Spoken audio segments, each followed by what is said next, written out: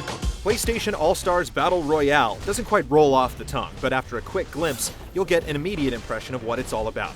Challenging Nintendo's superstar stable with a franchise lineup of its own, it brazenly approaches a familiar format with the sole intent of doing it better. It seemingly has all the working parts of a hit in the making, but does it have the hidden corporate magic that makes it all work?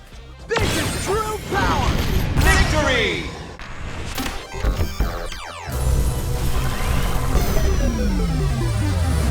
Ready?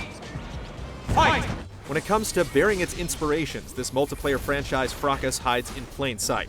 You'll see more than a few conspicuous nods to Smash Bros., though the developers would rather have you take note of the technical liberties that set it apart. With a concerted effort at bringing combos, counters, and more to the chaotic realm of four-player combat, it's clear that above else, Battle Royale wants to be taken seriously as a fighter. This much is evident in the game's assortment of modes, which resemble that of a traditional fighter. Battle Royale keeps it simple. Tutorial mode gives a comprehensive look at the nuts and bolts of the combat system, while training mode provides a solo venue for self-study and practice. You'll come away with a few ideas for combo crafting thanks to the game's preset list of examples, but you're on your own from there. Save for a couple of drills that hinge on a unique skill, the so-called character trials are redundant and homogeneously constructed. There isn't an in-game move list aside from running through each character's separate skill trials, and the documentation fails to give sufficient insight into the nuances behind the 20-strong cast. Time for Plan B.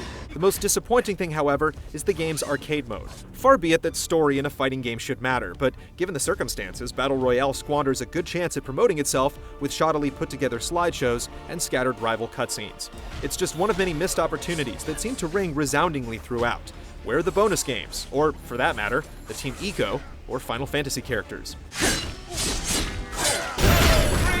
And what of the ring-outs, only possible here in a select few stages, that made Smash Bros. Matches as exciting as they were deadly? With supers being the sole method of eliminating enemies in the game, combat takes a certifiably different tempo. The prominence of environments is diminished in importance, and the minute-to-minute fighting is more about passively hoarding AP than actively engaging enemies in a perilous dance of survival.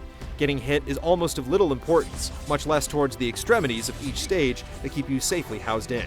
The tedious cat and mouse game from one-on-one stock or kill matches further exposes the seams in Battle Royale's approach, which could explain why timed matches that force a win state are the default choice.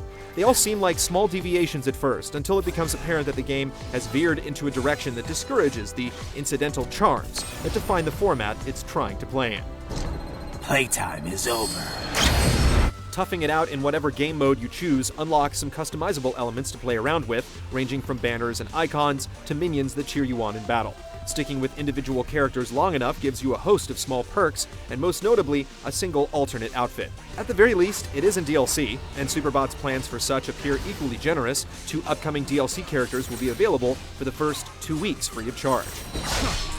You can play past the bounds of your couch provided you've got an online pass. Network play misses out on modern amenities like lobbies and replay support, but bears some notable features like season leaderboards and cross-play support with Vita players, of which you might see a considerable number because of the game's cross-buy perk. In our experience thus far, online play was relatively hassle-free, with only a drop or two to speak of. Here's hoping it holds up for those whose only multiplayer options lie in an Ethernet port. Yeah, I got 3 more kills!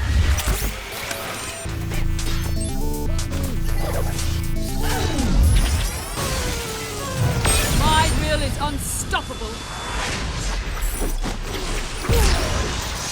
From Parappa and Nathan Drake to the God of War himself, Battle Royale's biggest draw lies in its earnest representations of iconic characters. The game is quite successful at cramming a multitude of signature moves into its combination button and direction control scheme, and even more so when it comes to making these distinct elements feel at home. The results are often surprising, with combo-heavy characters like Kratos, Dante, and Raiden able to pull off the same strings you'd see in their respective games. Characters who've made a less seamless transition into the genre, on the other hand, have been given sensible playstyles to match their varied kit of moves. Our biggest gripe is that these intricately conceived characters always seem to be at odds with the kind of game they're in. There rarely seems to be a moment when you're able to see a full combo through, and with the game's distinct style of player elimination, at times it can almost seem as if you're picking a character based on a single super, rather than their overall toolset. At every junction, there's a flip-flopping identity crisis between its serious side and its casual origins, that the game never quite resolves. It's clear that the developers have the right ideas to make an interesting fighter, it just so happens that many of them have been implemented into an incompatible type of game.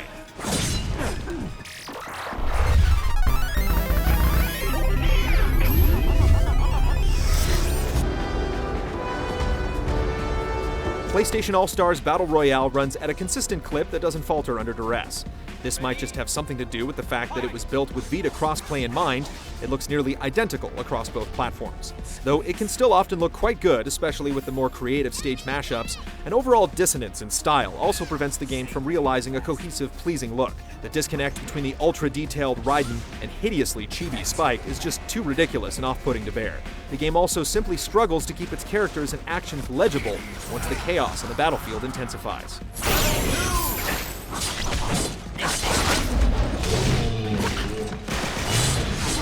With a more deliberately designed fighting system, Battle Royale strives for the sort of cred you'd sooner find in an arcade than a living room get-together. The end result is a serviceable party game that shoots for the stars but ultimately comes up short of its competitive aspirations. In its attempts to take its format in a different direction, it has inadvertently skewed itself away from the fundamentals that would make it work. In the end, you can safely say that Battle Royale is indeed not like Smash Brothers, but it might have been better if it were. I'm out for revenge.